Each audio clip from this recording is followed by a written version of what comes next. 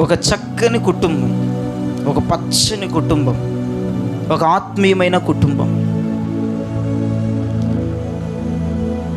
భర్త, భార్య, పిల్లలు ఎంత హ్యాపీగా బ్రతికేవాళ్ళు. ఒక మంచి కుటుంబం, భక్తిలో కానీ, దేవునితో సహవాసంలో కానీ, దేవుని యందు భయభక్తులు కలిగిన విషయాల్లో కానీ ఎంత భయభక్తులు కలిగిన కుటుంబం అంటే అటువంటి కుటుంబం భూమి మీద లేదేమో అనిపిస్తుంది. అలాగూ బ్రతికారు. ఏమైందో ఏమో, కొన్ని సంవత్సరాలు గడుస్తున్న కొలది భర్త చనిపోయాడు. ఒక భయంకరమైన విషాదం ఆ కుటుంబంలో అలుముకుంది. అంత దేవుని భక్తులు ఉన్న బిడ్డలు, అంత దేవుని సేవ చేస్తున్నటువంటి వారు, పరిచర్య చేస్తున్నటువంటి వారు, దేవుని పనిలో నిమగ్నమైపోయిన వారు, ఆత్మికంగా భౌతికంగా ఆశీర్వదించబడుతున్న వారి జీవితంలో, ఆ తల్లి జీవితంలో ఇంటి యజమానుడు చనిపోయాడు. భయంకరమైన విషాదం ఆ కుటుంబంలో అలుముకుంది. ఆ భార్య విధవరాలుగా మారిపోయింది. తన పిల్లల కన్నా పెళ్లి చేస్తే వారు పిల్లోడినో కంటే అలా ఎత్తుకొని నా భర్త చనిపోయిన బాధ నేను మరిచిపోదాం అనుకుంటే పిల్లలిద్దరు కూడా చనిపోయారు. ఒక భయంకరమైన నరకములాగా ఉంది ఆమె కుటుంబం, ఆమె ఇల్లు. 3 శవాలు ఇంట్లో లెగిసినాయి. అంత ఆత్మికంగా ఉన్న ఇల్లు, అంత ఆశీర్వాదకరంగా ఉన్న ఇల్లు, అంత భయభక్తులు కలిగిన ఇల్లు, దేవుని నిత్యము కొలిచి ఆరాధించేటువంటి ఆ ఇల్లు, దేవుని మీద ప్రేమాభిమానాలు తగ్గని ఆ ఇంటిలో తన భర్తను కోల్పోయాను అనుకున్నటువంటి బాధ ఎక్కువైపోతే పిల్లల కన్నా పెళ్లి చేసి వరిచ్చే సంతానము ద్వారా నన్న ఈ బాధ విషాదం మట్టి గలిపోయొచ్చులే అనుకుంది. కానీ ఆశ కూడా, ఆ కోరిక కూడా తల్లికి మిగల్లేదు. పెళ్ళైన 2 సంవత్సరాలకే పిల్లలిద్దరూ చనిపోయారు. 3 విధవరాలుగా ఆ ఇంట్లో మారిపోయారు. ఒక్క విధవరాలు ఉన్న ఇల్లే భయంకరమైతే 3 విధవరాలు ఉన్న ఇల్లు ఇంకెట్లా ఉంటుందో ఒకసారి ఆలోచించండి. ఒకరోజు నయోమి అనుకుంది, నా సొంత దేశమునికి నేను తిరిగి వెళ్ళిపోవాలి, నా సొంత ప్రాంతమునకు నేను వెళ్ళిపోవాలి. ఇక్కడికి వచ్చి నా భర్తను పోగొట్టుకున్నాను,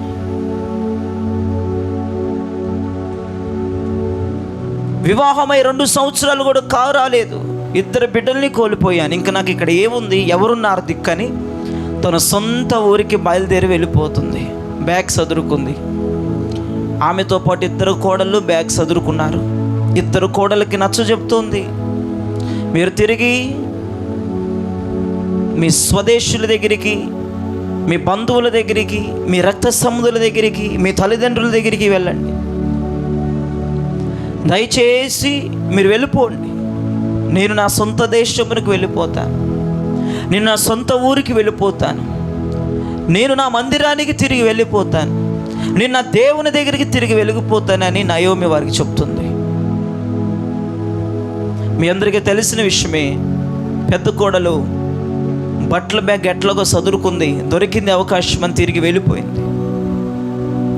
ఇక చిన్న కోడల విషయంకి వస్తే ఆమె మాట్లాడినటువంటి ఆ మాటలు, ఆమె అత్తగా చెప్పినటువంటి ఆ విషయాలు ఆమె మైమరిచిపోయింది, సంతోషించింది.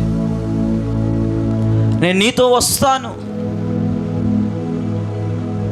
నేను నీతోనే చనిపోతాను, ఇక నా జీవితం నీ కొరకే అత్తయ్య అని ఆమె మాట్లాడిన మాటలు ఈ రోజున యావత్తు క్రైస్తవ జీవితాన్ని కదిలిస్తున్నాయి. జ్ఞాపకం చేసుకుందాం. అలా చిన్న కోడలను వెంట పెట్టుకొని బెత్లెహేముకు తిరిగి వెళ్ళిపోయింది. ఒక మాట నన్ను చెప్పనివ్వండి, నేను మిమ్మల్ని ఒక క్వశ్చన్ వేస్తున్నాను, దానికి ఆన్సర్ మీరు ఇవ్వండి. ఓర్పా పెద్ద కోడలు ఆశీర్వదించబడిందా, చిన్న కోడలు రూతు ఆశీర్వదించబడిందా? ఎందుకు చెప్పండి, ఎందుకు? అత్తతో వచ్చినందుక? ఎందుకని? వినండి, చాలా జాగ్రత్తగా వినండి. ఈ రాత్రి ఈ ఓర్ప అనే అమ్మాయి బట్టలు సదురుకున్నట్టే తన ఇంటికి, తన ఎంజాయ్స్కి తిరిగి వెళ్ళిపోయింది. కానీ రూతు మాత్రం నేను అత్తతోనే ఉండాలి, నేను అత్త వెళ్ళే గ్రామానికి వెళ్ళాలి, నేను అత్త దేవుణ్ణి నమ్ముకోవాలి, నేను అత్త వెళ్ళే సంఘానికి వెళ్ళాలి. ఈ రోజులో చూడండి, అత్త ఒక చర్చికి పోతే కోడలు ఎంత భయంకరమైన దయ్యాలు చూడండి. అవి తొల్లొక చర్చికి పోతే పిల్లలు ఒక చర్చికి పోతారు, భర్త ఒక చర్చికి పోతాడు, భార్య ఒక చర్చికి పోతుంది. ఉన్నారండి, ఉన్నారు.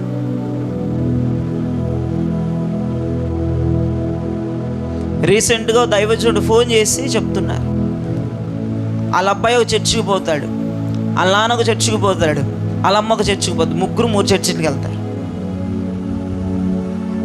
అదొక జీవితం ఒకసారి జ్ఞాపకం చేసుకోండి, అదొక భక్త జ్ఞాపకం చేసుకోండి. కానీ రూత్ అలా అనలేదు, నువ్వే చర్చికి పోతే నేను నా చర్చికి వస్తాను. స్తోత్రం చెప్పండి గట్టి. ఎందుకంటే తెలుసు, అత్త డెసిషన్స్ చాలా గొప్పవి, అద్భుతమైనవి. ఆమె ఎన్నుకున్న సంఘం అద్భుతంగా ఉంటుంది, ఆమె చేసే ఆరాధన అద్భుతంగా ఉంటుంది, ఆమె వెళ్ళే మందిరం యొక్క క్రమాలు అద్భుతంగా ఉంటాయి. ఇంకా చిల్లా చెదరా చర్చికి వెళ్ళేది కాదు నా. ఎందుకంటే అత్త యొక్క మాటలు ఎలా ఉన్నాయంటే ఇహలోక సంబంధముగా ఎవడో భక్తి చేయలేడు. అలాంటి మాట తీరు కలిగింది నయోమి. దేవునికి స్తోత్రం. దేవుని గురించి ఎంత లోతుల్లోకనే చెప్పగలిగినటువంటి వాక్కు శక్తి కలిగింది నయోమికి. అంటే చూడు, ఆమె వెళ్ళే చర్చి ఎంత స్ట్రాంగ్ అయితే, ఎంత స్ట్రిక్ట్ అయితే, ఎంత వాక్యపు లోతుల్లో ఉంటే ఆమెకంత వాక్యం తెలిసింది అని రూతు గమనించి, అత్తయ్య నువ్వే చర్చికి పోతే నేను నా చర్చికి వస్తాను. స్తోత్రం చెప్పండి గట్టిగా. ఏమంటాను చూడు, నీ చనులే, నీకు ఎవరు విశ్వాసులున్నా వారు నా విశ్వాసులు.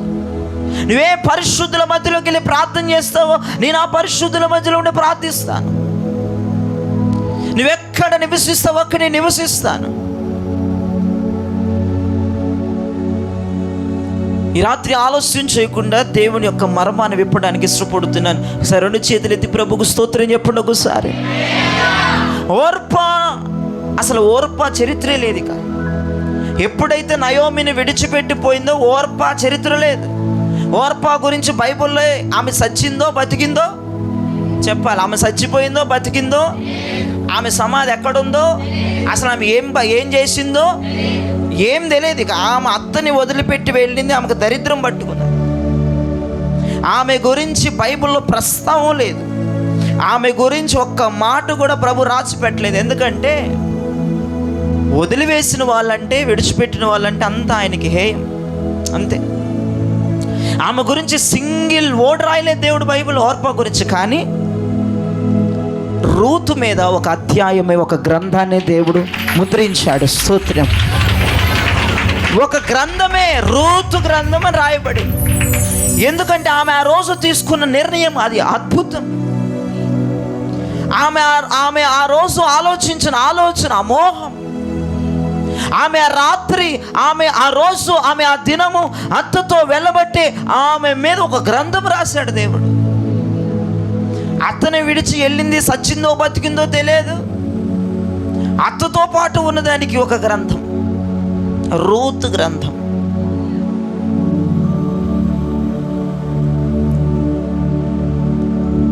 ఈ రూతు అత్తకి సమీపంగా ఉంది. ఇక అత్త రూతు గురించి ఆలోచించడం ప్రారంభించింది. స్తోత్రం చెప్పండి గట్టి. ఏం ఆలోచిస్తుంది? నేను రేపో మాపో చచ్చిపోతాను, దీనికి దిక్కెవరు? ఇది ఏ పనిలో జాయిన్ అవ్వాలి? ఇది ఏమైపోతుందో? దీన్ని సెటిల్ చేసి నేను చచ్చిపోవాలి, ఇంకొక పెళ్లి చేసి నేను చచ్చిపోవాలి. ఇది పిల్లనో పిల్లగాడో కంటే వాళ్ళని చూసి నేను చచ్చిపోవాలి. చూడండి, నయోమి ఓర్పా గురించి ఆలోచించాలి. ఎవరి గురించి ఆలోచిస్తుంది? రూతు గురించి ఆలోచిస్తుంది. ఎందుకని ఓర్పా గురించి ఆలోచించలేదు నయోమి అంటే, ఈ ఓర్పా అత్తకి దూరంగా వెళ్ళిపోయింది, రూతు అత్తకి సమీపంగా వచ్చింది. చాలా జాగ్రత్తగా వినాలి. దేవుడు నీతో మాట్లాడుతున్నాడు. యేసు ప్రభు, యేసయ్య నీతో మాట్లాడుతున్నాడు. చాలా జాగ్రత్తగా వినండి. ఎవరైతే అత్తకి దగ్గరగా ఉంటారో వారి గురించి ఆలోచిస్తారు. ఇప్పుడు ఇదే స్టాండ్ అలా ఉంచండి. దేవునికి ఎవరైతే దగ్గరకు ఉంటారో వాళ్ళ గురించి దేవుడు ఆలోచిస్తాడు. నువ్వు దూరంగా పోతే రూతు బతికే, సచ్చావో బతికావో నీ గురించి ఎవరికి తెలియదు. అత్తయ్యకి రూతు ఎలాగ దగ్గర అయిందో, ఎలాగ సమీపంగా ఉందో అత్తయ్య రూతు గురించి ఆలోచించింది, ఓర్పా గురించి ఆలోచించాల. ఎగ్జాక్ట్గా యేసు ప్రభు కూడా నువ్వు యేసయ్యకి దగ్గరగా ఉంటే నీ గురించి పట్టించుకుంటాడు, ఆలోచిస్తాడు. నువ్వు దూరంగా ఉంటే నువ్వెవరు, ఆయన ఎవరు. అర్థమవుతున్నాడు? స్తోత్రం చెప్పండి. ఎంతోమంది నా ఎదురు కూర్చుని వాక్యం వింటున్న వారు ఎంతోమంది బాడీ ప్రెజెంట్, మైండ్ ఆబ్సెంట్. ఈ మైండ్ చంద్రమండలం ఎక్కి వస్తుంది. చంద్రమండలం అది ఎటు తీసుకుపోతుంది అటు వెళ్ళిపోతుంది. ఈ మైండ్ మొత్తం బాడీ మాత్రమే చర్చలేసి ఉంచుతారు కొంతమంది. వారి మనస్సు దేవునికి ఇవ్వరు, వారి హృదయం దేవునికి ఇవ్వరు, వారి ఆలోచన దేవునికి ఇవ్వరు, వారి జీవితం దేవునికి ఇవ్వరు. అంటే బాడీ మాత్రమే ఇక్కడ ఉంచుతారు. మైండ్ అంతా తిరుగుతూ ఉంటుంది, యాత్ర చేస్తుంది. యాత్ర ఐగుప్తు నుంచి కనానుకు వారు యాత్ర చేసినట్లుగా మన పితరులు అలా యాత్ర చేసి ఎప్పుడో ఆమేన్ అన్న తర్వాత మళ్ళీ వస్తుంది. యేసయ్య అద్భుతాలు నీ పట్ల ఎందుకు చేయాలి చెప్పండి మీరు? నువ్వేం చేస్తున్నావు? యేసయ్య నిన్ను పట్టించుకోవాలి, యేసయ్య నీకు అద్భుతాలు చేయాలి. నాకు పిల్లల్ని ఇవ్వట్లేదు యేసయ్య, నాకు పెళ్లి చేయట్లేదు యేసయ్య, నాకు సొంత ఇల్లుని ఇవ్వట్లేదు యేసయ్య. ఎందుకు ఇవ్వాలి? నువ్వు ఓర్పాలాగా నువ్వు దూరంగా ఉండి నీకు ఎందుకు ఇవ్వాలి యేసయ్య? అసలు నీ గురించి ఎందుకు ఆలోచించాలి చెప్పు నాకు ఒక మాట. నువ్వేమన్నా నువ్వు రూతమ్మలాగా అత్తకు దగ్గర ఉన్నదానవా? రూతమ్మలాగా యేసు ప్రభువుకు నువ్వు దగ్గర ఉన్నదానవా? నువ్వు యేసయ్యకి సమీపంగా ఉన్నావా? నువ్వు యేసయ్యకి కనపడుతున్నావా? నీ గురించి ఎలా ఆలోచించమంటావా? ఆయన్ని రూతమ్మ గురించి అత్త ఆలోచించిందంటే అత్తతో పాటు రూతమ్మ వచ్చింది కాబట్టి ఆలోచించింది ఆమె. ఓర్పా గురించి దానికి పెళ్లి చేయాలా, పెటాకులు చేయాలా, దానికి ఏం చేయాలా ఆలోచించాల్సిన అవసరం లేదు అత్తకి. ఆమెకేం అవసరం అండి? ఆమెను కాదనుకొని వెళ్ళిపోయిన వాళ్ళ గురించి ఆలోచించాల్సిన అవసరం ఏముంది? సంఘాన్ని కాదనుకొని, దైవజుడు మాట కాదనుకొని, వాక్యం మాట కాదనుకొని మీ ఇష్టానుసారంగా బతికే వారి గురించి దేవుడు ఎందుకు ఆలోచించాలి? దేవుని మాట పక్కన పెట్టి, దైవజుడి మాట పక్కన పెట్టి, సంఘం యొక్క క్రమాన్ని ఇసురుపడేసి నీ ఇష్టానుసారంగా బతికితే నీ గురించి దేవుడు ఎందుకు పట్టించుకోవాలి? ఆయనకి ఏం అవసరం అని అడుగుతున్నాను నేను. విను, ఈ రాత్రి నీది ఓర్పా జీవితం లాగా అవుతుందా, రూతు జీవితం లాగా అవుతుందో నీ చేతుల్లో ఉంది. రాత్రి రూతమ్మని ఆశీర్వాదాలు వెంటాడే. స్తోత్రం చెప్పండి గట్టిగా. రూతమ్మని ఆశీర్వాదాలు వెంటాడాయి. రూతమ్మని పెళ్లి చేసుకుందామని ఆ బెత్లెహేము ఆసామి, ఆ పొలం యజమాని ఆసామి ఎన్ని కోట్ల ఆస్తిపరుడు అతను. వినండి చాలా జాగ్రత్తగా. రూతమ్మకి మ్యారేజ్ ప్రొఫెషన్ వచ్చింది. మ్యారేజ్ చేసుకుంటానని పెద్ద ఆసాం వచ్చి అడిగాడు. వినండి, ఇప్పుడు మనం ఎత్తుక్కునే పరిస్థితి. ఏయో యాప్పులు తగలడ్డాయి. ఆ యాప్పుల్లో ఫోటోలు పెట్టి మ్యాట్రిమోనీలని, దరిద్రం అని.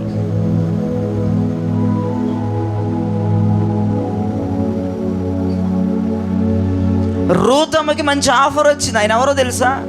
ఆయన మామూలుడు కాదు. ఆయన బోయాజు. ఆయనకి ఎన్ని పొలాలు ఉన్నాయి, ఎన్ని ఎకరాలు ఉన్నాయి, ఎంత ఆస్తుంది, ఆయన ఎంత భక్తిపరుడు.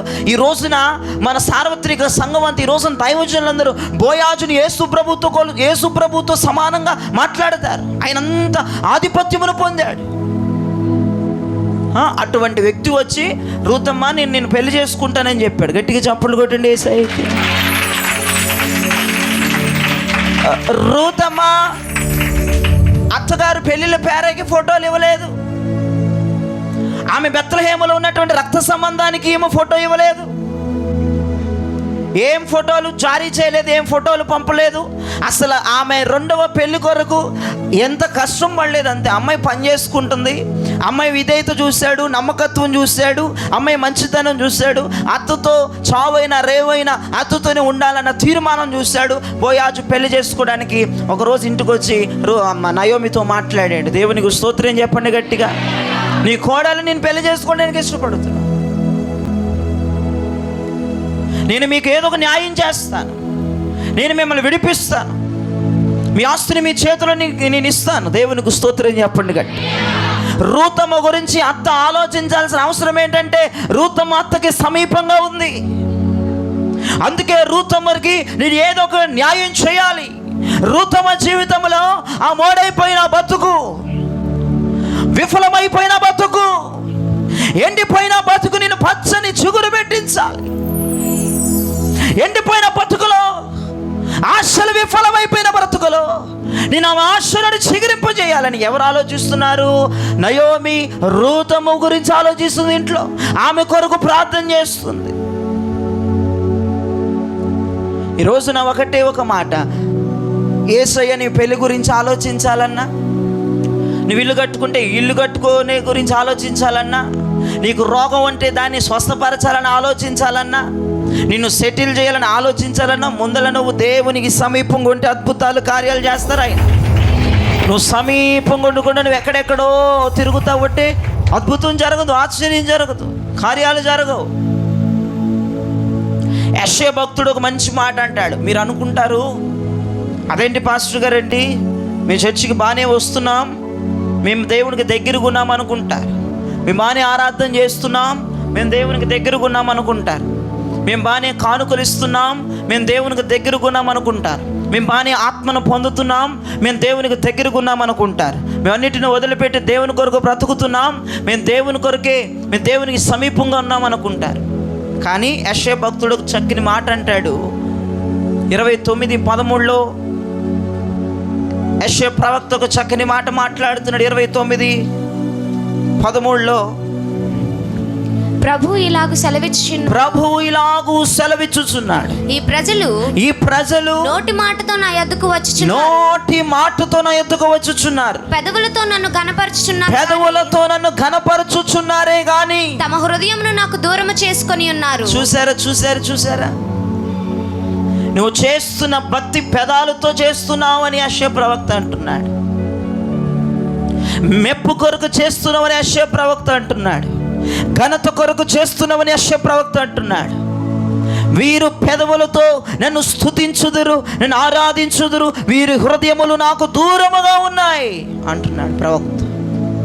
యేసయ్య మాట్లాడుతున్నాడు ఈ రాత్రి. ఇక్కడ ఆరాధన చేస్తున్నట్టు కనపడే నీ మనసు ఎక్కడో ఉంది. ఇక్కడ భాషలు మాట్లాడుతున్నట్టు కనపడే నీ పెదవులు, నీ హృదయం ఎక్కడో ఉంది. ఇక్కడ దేవుని ఆత్మను పొందుతున్నట్లు కనపడే నీవు, నీ మనస్సు ఎక్కడో ఉంది. నీ మనస్సు దేవునికి సమీపములో లేదు, నీ మనస్సు దేవునికి ముడివేయబడి లేదు, నీ మనస్సు దేవుని యొక్క కేంద్రీకృతములో లేదు, నీ మనస్సు దేవుని రక్తపు కోటలో లేదు. నీవు పెదవులతో ఆరాధిస్తున్న మాట నిజం, నీవు ఆరాధన చేస్తున్నావన్న మాట నిజం, నీవు మందిరానికి వస్తున్నావన్న మాట నిజం, నువ్వు దేవునికి దశమభాగం ఇస్తున్నావన్న మాట నిజం, నీవు ఉపవాసం ఉంటున్నావన్న మాట నిజం. కానీ ఇవి పెదవుల మీద జరుగుతున్న నాటకం అని ప్రభువు మాట్లాడుతున్నాడు. నీ హృదయం ఎక్కడుందో ఆయనకు తెలుసు, నీ హృదయం ఎవరి మీద ఉందో ఆయనకు తెలుసు, నీ మనస్సు ఎక్కడుందో ఆయనకు తెలుసు. నీ మనస్సు ఆయనకి కనెక్ట్ అయ్యి లేదని, నీ మనస్సు ఆయన దగ్గరగా లేదని, నీ మనస్సు ఆయనకు ఆనుకొని లేదని, నీ మనస్సు దేవుని మనస్సుతో ముడివేయబడి పెనవేయబడి లేదని అర్థమైపోతుంది. కానీ పైకి మాత్రం అన్నీ చేస్తావు, కానీ లోపల మాత్రమే ఏది చేసిన దానికి సరైన బతుకు, సరైన జీవితం లోపల మనస్సు ఉండదు. చేస్తున్నది పరిశుద్ధమైన భక్తి, లోపల ఉన్నది అపవిత్రమైన మనస్సు. నువ్వు వస్తున్నది అపోస్తుల క్రమానికి, క్రమబద్ధమైన సంఘానికి, లోపల ఉన్న మనసు అక్రమమైన మనసు. నీ లోపల మనసు ఎవడు ఈ రోజుల్లో గ్రహించకపోవచ్చు గాక, కానీ ఒకానొక రోజు ఆన్ ది వే అది దారిలో ఉంది. ఆ రోజున పెదవుల మీద వండినవి దేవుడు తినడు, హృదయముతో వండినవి తింటాడు. స్తోత్రం చెప్పండి గట్టిగా. పెదవుల మీద ఉడికిన పప్పులు ఆయనకు అవసరం లేదు, పెదవుల మీద మాటలు ఆయనకు అవసరం. నేను చెప్తున్నాను వినండి, నా హృదయం మీద, నా మనస్సాక్షి మీద యథార్థంగా మీకు చెప్తున్నాను. మీరు నోటితో పెదవులతో భక్తి చేసేంతకాలం మీ జీవితంలో అద్భుతాలు జరగవు. మీరు ఎక్కడికి పోండి, మీ చేతులు చూసేవాడి దగ్గరికి పోండి, కొబ్బరి నూనెకి ప్రార్థన చేసి ఇచ్చేవాడి దగ్గరికి పోండి, సాపలకు ప్రార్థన చేసి దాని మీద ప్రార్థన చేసుకో దేవుడు వింటాడు అన్న వాళ్ళ దగ్గరికి మీరు పోండి, దర్శనాలు చెప్పే వాళ్ళ దగ్గరికి మీరు పోండి, నీ కొరకు ప్రవచనాలు చెప్పే వాళ్ళ దగ్గరికి మీరు వెళ్ళండి, తప్పులేదు. కానీ నేను చెప్తున్నా వినండి, మీరు ఎక్కడికి పోయినా విశ్వములో మీరు బాగుపడాలని ఎక్కడికి తిరిగినా మీరు బాగుపడరు, దేవునికి సమీపంగా రాంది. నువ్వు గొప్ప దైవజనుడి దగ్గరికి వెళ్ళి ప్రైరాయిల్ బాటిల్ తెచ్చుకొని మొత్తం పీకల దాకా తాగేయగాక, గొప్ప దైవజనుడి దగ్గరికి వెళ్ళి ఇక్కడ ఒక దైవజనుడు, నేను చెప్పకూడదు కానీ బిషప్ స్కూల్లోనే చిన్న వయసులో సాపలు అమ్మాడు. సాపలు ఒక్కొక్క సాప 300 రూపాయలు. ఆ సాప మీద ప్రార్థన చేస్తే దేవుడు వింటాడంట. నేను కొనలేదు. చాలామంది భక్తులు ఆ సాప మరి ఇప్పుడు ఉందో చిరిగిపోయిందో నాకు తెలియదు. మరి చిరిగిపోద్ది కదా సాప. ఎన్ని సంవత్సరాల మాట ఇది, ఎన్ని సంవత్సరాల మాట చెప్తున్నాను నేను, దాదాపుగా 10 సంవత్సరాలు అయిపోయింది. ఆయన పేరు చెప్పకూడదు, ఆయన ఇప్పటికీ యూట్యూబ్లో వస్తాడు, ప్రపంచవ్యాప్తముగా వాడబడుతున్న దైవజనుడు. ఎవరి భక్తి వాళ్ళది, ఎవరి పిలుపు వారది. ఆయన పిలుపు సాపల పిలుపు. మీరు నమ్మండి, గ్రౌండ్స్లో దాదాపు ఇక్కడ బిషప్ కొన్ని వేల మంది జనం చేరారు. 2000 మంది అన్న కొని ఉంటారు సాపలు. 2000 × 300 వేసుకోండి. ఏమో అప్పుడు నాకు చిన్న వయసులోనే ఈ సాపు కొంటే సాపు మీద ప్రార్థన చేస్తే, అప్పుడు నాకు చిన్న వయసులో నాకు నచ్చలేదు ఆ పద్ధతి. నేను స్కూల్ చదువుతున్నాను అప్పుడు, నాకు ఆ పద్ధతి నచ్చలేదు. ఎందుకంటే కొద్దిగో గొప్ప దేవుని ఆత్మతో నింపబడుతున్నాను, దేవుడు నాకు సత్యాలు బోధిస్తున్నాడు కాబట్టి నేను వాటికి దూరంగా ఉన్నాను.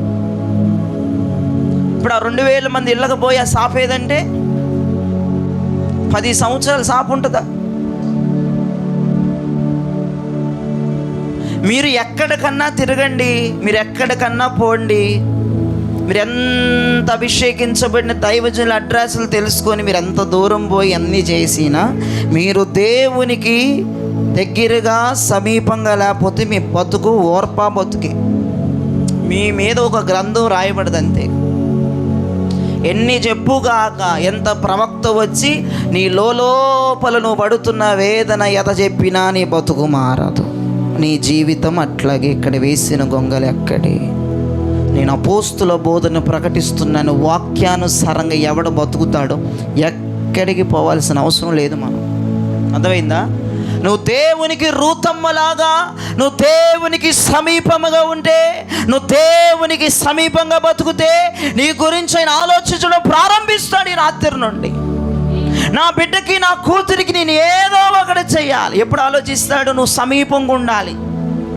నువ్వు పెదాలతో ఆరాధన చేసి పెదాల మీద గారెలుండి పెదాల మీద పునుగులు వండితే కుదరదు. అక్కడ నువ్వు హృదయంతో చేయాలి చేసే పని. స్తోత్రం చెప్పండి గట్టిగా. నీవు హృదయంతో ప్రభుని ఆరాధించాలి. నువ్వు హృదయపూర్వకంగా దేవునికి నీ ప్రాణాత్మ దేహాలు ఇవ్వాలి. హృదయపూర్వకంగా దేవుని సన్నిధిలో నీళ్లు కుమ్మరించినట్లు నీ మనస్సును కుమ్మరించాలి. నువ్వేది చేసినా మనస్సులో నుండి చేయాలి. అప్పుడు నువ్వు దేవునికి దగ్గర ఉంటే, రూతమ్మ గురించి నయోమి ఆలోచిస్తుంది ఇంటి దగ్గర, నయోమి ప్రార్థన చేస్తుంది ఇంటి దగ్గర. అయ్యా, నా కోడలు బయటికి వెళ్తుంది, నా కోడలు ఎవని పొలానికి వెళుతుందో వాని కటాక్షము నా కోడల మీద ఉండునుగాక. ఎవరంటున్నారు? నయోమి తన కోడల గురించి ప్రార్థన చేస్తుంది. అయ్యా, నా కోడలు పనికి వెళ్ళిందయ్యా, తన పనిలో మీరు సహాయము చేయండి అయ్యా.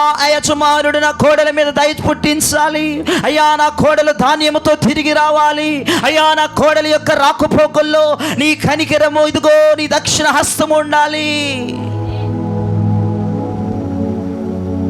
నాకు తెలియక అడుగుతున్నా, నీ గురించి నేను ఎందుకు ప్రార్థన చేయాలయ్యా? నువ్వు శశికి రావు, నేను చెప్పిన మాటేనో, ఎందుకు ప్రార్థన చేయాలా? ఏం అవసరం అని. నేను కూడా నయోమిలాగుంటే పోలా? ఈ బాధలని నాకెందుకు? రానోడు గురించి ఆలోచించి, రానోడు గురించి ఆలోచించి, ఆ మానేసినోడు గురించి ఆలోచించి, ఆ మాటలు ఈ మాటలు ఆ మాట్లాడే వాళ్ళ గురించి ఆలోచించి ఎందుకు అనిపిస్తుంది నాకు ఈ వాక్యం ధ్యానం చేస్తున్న తర్వాత. దగ్గర ఉన్న వాళ్ళ గురించి ఆలోచిస్తే కొంచెం ఇంకా మెరుగవుతారు, వాళ్ళు కొంచెం 4 కాయలు ఫలిస్తారు. స్తోత్రం చెప్పండి గట్టిగా. ఈ రానోడు గురించి, వంకలు పెట్టే వాళ్ళ గురించి, ఏమండి వాళ్ళ మీద వీళ్ళ మీద సాటిలు చెప్పి చర్చిలు మానేసే వాళ్ళ గురించి, ఒకవేళ వచ్చినా సరిగ్గా భక్తి చేయని వాళ్ళ గురించి ఎందుకు ఎందుకు అనిపించింది నయోమిని చూస్తే నాకు, అబ్బా నయోమిలాగా ఎప్పుడో ఉంటే బాగుపడేవాడిని నేను, చుట్టూడేది కాదు, అన్నం చక్కగా హాయిగా తినేవాడిని. ఈ రానోళ్ళ గురించి ఆలోచించడమే ఎక్కువైపోతుంది. ఎందుకు రావట్లేదో, నేనేం తప్పు చేశాను, క్రమాలు ఏమన్నా బాగాలేదో అని ఫోన్లు చేయించి అడగా, ఎందుకు రావట్లేదో అడగా. కేజీఎక్క ఆలోచించి సన్నగా అయిపోవు, నేను ఆలోచించి నేను ఎదకపో, మా ఆరోగ్యాలు దెబ్బ తీసుకొని, ఏమండి మా జుట్లు ఊడిపోయి 40-50 ఏడుకు రావాల్సిన బట్టతలు ఇప్పుడే వచ్చేసి 24 సంవత్సరాల్లో. ఎన్ని ఎందుకని బాధలు.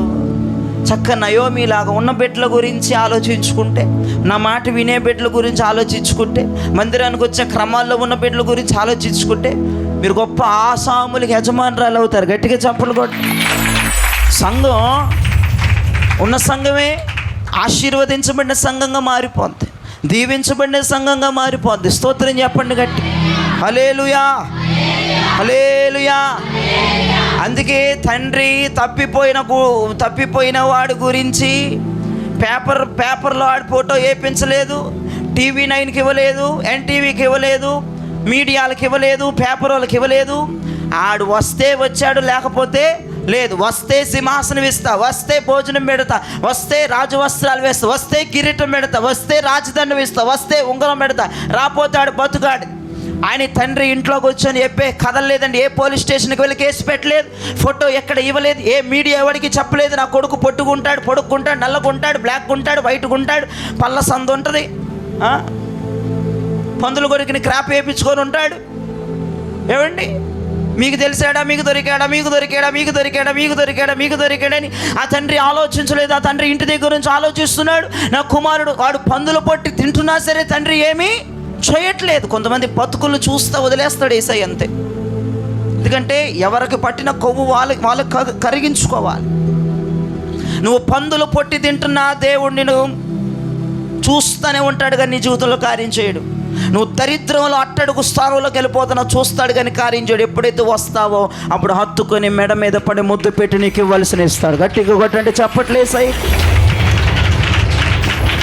మీరు అనుకుంటున్నారు గొర్రె పిల్ల తప్పిపోతే వెళ్ళాడు, అవన్నీ ఆ రోజులు. ఈ రోజులు గొర్రె పిల్ల తప్పిపోతే సావే అనే రోజులు. రాకడ సమీపంగా ఉంది, ఇంకా గొర్రె పిల్ల తప్పిపోయి ఇంక ఇది ఒకటి పట్టుకుంటాడు, ఒకడు 99 వదిలి ఒక్క దాని కోసం వచ్చాడు. నువ్వు వస్తున్నా ఏ సందులో దాక్కుంటూ ఎవరికి దొరకట్లేదు. నువ్వు యేసు ప్రభు వచ్చినా ఏమండి, నువ్వు ఎక్కడ దాక్కుంటున్నావు, ఎవరికి దొరుకుతున్నావు? నువ్వు మనిషికే దొరకట్లే, యేసయ్యకి దొరకట్లే, మాకేం దొరుకుతావు? నువ్వు ఎక్కడనే ఎతకాలరా నిన్ను, ఎక్కడనే ఎతకాలమ్మా నిన్ను? ఆ గోడ సాటును కనపడేవు, కొంచెం దగ్గరికి వెళ్తే అక్కడ నువ్వు కాదు, మళ్ళీ పరారు. ఒక మంచి ప్లాన్, ఒక సిస్టమ్ ఉంది నీ దగ్గర. ఎట్లా తప్పించుకోవాలి, ఎక్కడ దాక్కోవాలి, ఎక్కడ బస చేయాలి, ఏ మాటలు పెట్టి అయ్యగారికి మభ్య పెట్టాలి, అయ్యగారిని మోసం చేయాలి. అసలు నిన్ను పట్టుకుందామన్నా, నువ్వు రెడ్ హ్యాండెడ్గా పట్టుకుందామన్నా దొరుకుతావు. కానీ మారడు కాయగాడు నువ్వు, మారడి నేను గారడి విద్యగాడు అని పేరు పెట్టాలి. నువ్వు నేర్చుకోకపోయినా మరి ఎక్కడ ఈ విద్యలో వస్తే పడుతున్నాయి ప్రజల మీద అర్థం కావట్లేదు. వినండి, తండ్రి నిన్ను వెదకి రాడు, తండ్రి నీ దగ్గరికి రాడు, నువ్వే యేసయ్య దగ్గరికి రావాలి. నీ బుద్ధి నువ్వు తెలుసుకుంటావని అర్థమైందా? ఇంత కరువు వచ్చినా, ఇంత కాటంకు వచ్చినా ఏంటి ప్రభు పట్టించుకోవేంటి అని అడుగుతున్నావు కదా. చెప్తున్నాను, నువ్వు దేవునికి దూరంగా ఉండి పట్టించుకోవేంటి అంటే కుదరదు. నువ్వు ప్రార్థన చేయవు, నువ్వు సోమరిపోతు, నువ్వు ప్రార్థన అసలు తెల్లవారుజామున 3 గంటలకు స్తోత్ర ప్రార్థన చేయవు, నువ్వు కుటుంబ ప్రార్థనలో పట్టుమని కనపడవు. ఏమండి, మందిరానికి వచ్చినా వాక్యం ప్రకారం బ్రతకు. నువ్వు దూరంగా ఉన్నావు బిడ్డ. నేను చెప్తున్నాను కదా, నువ్వేదో చర్చికి వచ్చేస్తున్నాను దగ్గర అయిపోయి అనుకుంటావు, కానీ నీకు స్తోత్ర ప్రార్థన లేదు, కృతజ్ఞత ప్రార్థన లేదు. ఇవన్నీ ప్రార్థనలు అని తెలుసా? ఒకే ప్రార్థన. ఏమండి, వ్యక్తిగత ప్రార్థన ఒకటి పట్టుకుని ఊగులాడితే కుదరదు. స్తోత్ర ప్రార్థన చేయాలి, అభిషేక ప్రార్థన చేయాలి, కుటుంబ ప్రార్థన చేయాలి, ఆరాధన చేయాలి, కృతజ్ఞత స్తోత్రాలు చెల్లించాలి.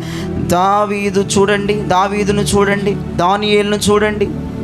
వారు డైలీ సిస్టమ్స్ వారు చేసుకున్నారు. దేవునికి సమీపంగా ఉన్నారు, వాళ్ళు లోకానికి దూరంగా ఉన్నారు, మంత్రులకి రాజులకు దూరంగా ఉన్నారు, యేసయ్యకు దూరంగా ఉన్నారు. అసలు 3 గంటలకు నీకు స్తోత్ర ప్రార్థన, నీకు స్తోత్ర ప్రార్థన ఏంటో తెలియదు. ఇప్పుడు వచ్చి నీకు అసలు 3 గంటలకు లేచి మొహమేనమ్మా నీది? తెల్లారుజామున 3 గంటలకు లేచి మొహమేనా మీది?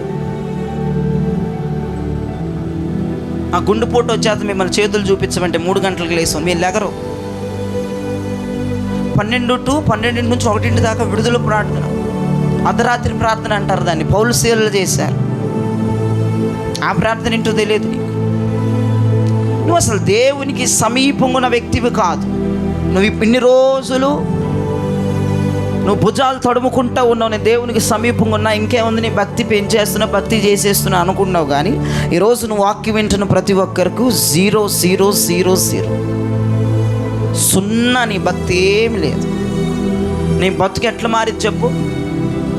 ఋతంలాగా అత్తయ్యకి సమీపంగా వచ్చినట్లుగా నువ్వు యేసయ్యకి సమీపంగా ఉంటే నీ గురించి ఏమన్నా కొంత ఆలోచిస్తాడు. అరే, నా బిడ్డకి జాబ్ ఇవ్వాలిరా, నా బిడ్డకి పెళ్ళిళ్ళు చేయాలిరా, నా బిడ్డలకి సొంత ఇల్లు ఇవ్వాలిరా అని దేవుడు ఆలోచిస్తాడు.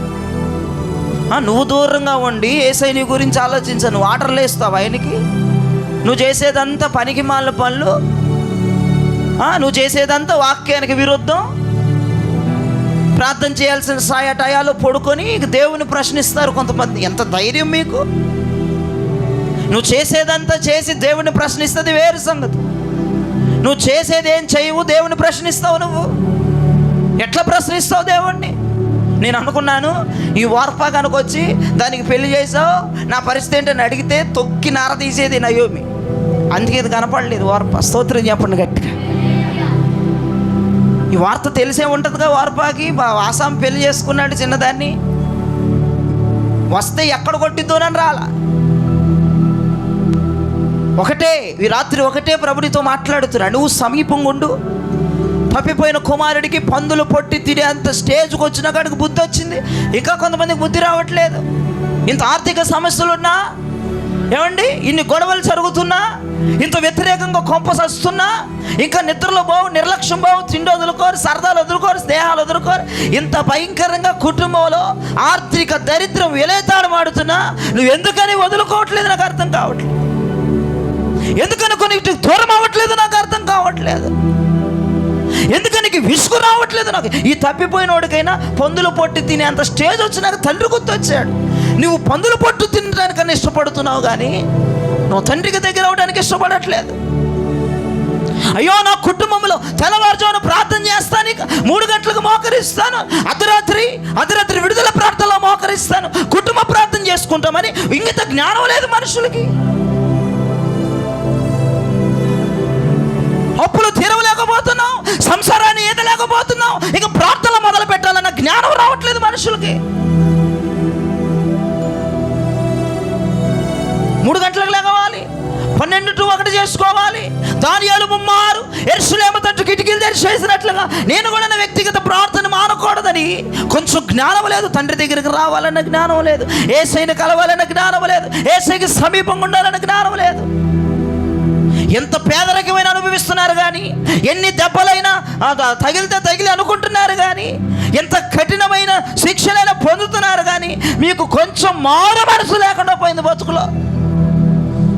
ఇంట్లో గొడవలు జరిగిన ప్రార్థన చేయరు, భర్త వ్యతిరేకమైన ప్రార్థన చేయరు, భార్య వ్యతిరేకమైన ప్రార్థన చేయరు, పిల్లలు వినపోయిన ప్రార్థన చేయరు. అయ్యో, కుటుంబం ఇలా చేయి దాటిపోతుంది, కుటుంబం నాశనం అయిపోబోతుంది, అయ్యో ఎప్పుడు లేదు నా కొంపలో ఈ దరిద్రం దాస్తకం. నేను 3 గంటలు లెగుస్తాను, 12 గంటలు లెగుస్తాను, వ్యక్తిగత ప్రార్థన చేస్తాను, కుటుంబాన్ని అంత సిద్ధపరుస్తానని ఇప్పుడు నేను ఆలోచించారు. చేయి చూపించండి.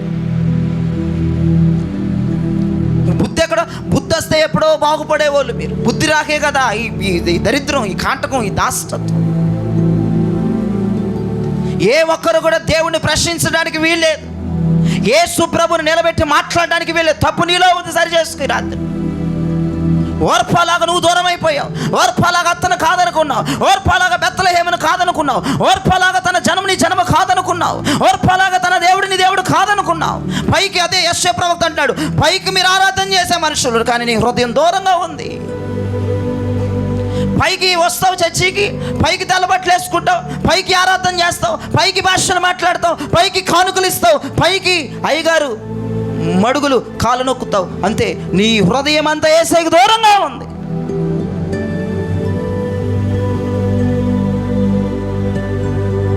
ఈరోజు ఒకటో పాయింట్, నువ్వు యేసయ్యకి దగ్గరగా ఉంటే యేసయ్య నీ గురించి ఆలోచించడం ప్రారంభిస్తాడు ఈ రాత్రి.